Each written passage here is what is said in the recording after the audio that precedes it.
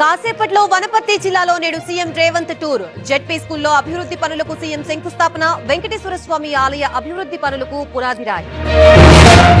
9వ రోజు SLBC tunnel rescue operation. GPR radar data marking దగ్గర తుది దశలో తవ్వకాలు. నలుగురి ఆచూకీ లభించే అవకాశం ఉందంటున్న ప్రభుత్వం. డీఐజీ సునీల్ నాయక్ కి ప్రకాశం జిల్లా ఎస్పీ నోటీసులు. రఘురామకృష్ణరాజు కస్టోడియల్ టార్చర్ కేసులో నోటీసులు. ఆయన్ని విచారించాలని ఎస్పీ దామోదర్ ఆదేశం. అమరావతి నిర్మాణంపై ఏపీ ప్రభుత్వం ఫోకస్. హైకోర్టు, అసెంబ్లీ శాశ్వత భవనాలకి సిఆర్డీఏ టెండర్లు. 17న మధ్యాహ్నం 3 గంటల వరకు టెండర్ల దాఖలకి గడువు. మేము మా పిల్లలతో సంతోషంగా ఉంటున్నాం అంటే దానికి కారణం Neo Fresh Touch floor cleaner. Neo Fresh Touch floor cleaner క్రిముల బారి నుంచి మనల్ని రక్షిస్తుంది మరియు మంచి సువాసన కూడా ఇస్తుంది. అయితే మీరు కూడా మీ కుటుంబంతో సంతోషంగా గడపాలనుకుంటున్నారా? అయితే వాడండి Neo Fresh Touch floor cleaner. Fee reimbursement పునరుద్ధరణకి చర్యలు. ఏఐ స్పోర్ట్స్ వర్సిటీ పనులు వేగవంతం. విద్యాశాఖ అధికారులతో మంత్రి లోకేష్ రివ్యూ. ఖనిజ అక్రమ తవ్వకాలపై ఉక్కుపాదం. ప్రభుత్వ పనులకి టీజీఎండీసీ నుంచే ఇసుక సరఫరా. మైనర్ మినరల్స్ బ్లాకుల వేలానికి రేవంత్ ఆదేశం.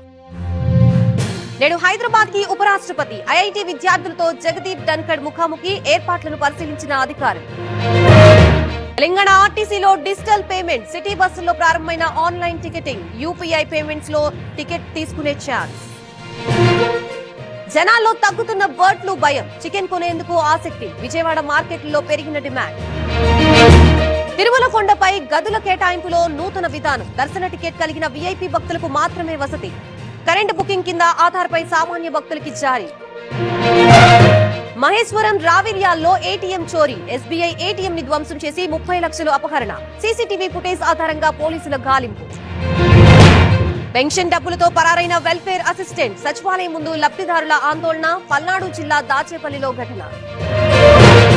అత్తాపూర్ పోలీస్ స్టేషన్ పరిధిలో చైన్ స్నాచింగ్. దొంగల్ని అరెస్ట్ చేసిన పోలీసులు. నిందితులపై ఇప్పటికే 80 స్నాచింగ్ కేసులు. రెండో రోజు యాదగిరిగుట్ట బ్రహ్మోత్సవాలు. ఉదయం అగ్ని ప్రతిష్ఠ, ధ్వజారోహణం. సాయంత్రం భేరీ పూజ, దేవతాహ్వాన కార్యక్రమం. మరో జల దోపిడీకి దిగిన కర్ణాటక. తుంగభద్ర దిగువ కాలువకి అడ్డుకట్ట. ఏపీ ప్రభుత్వం స్పందించాలంటున్న రైతులు.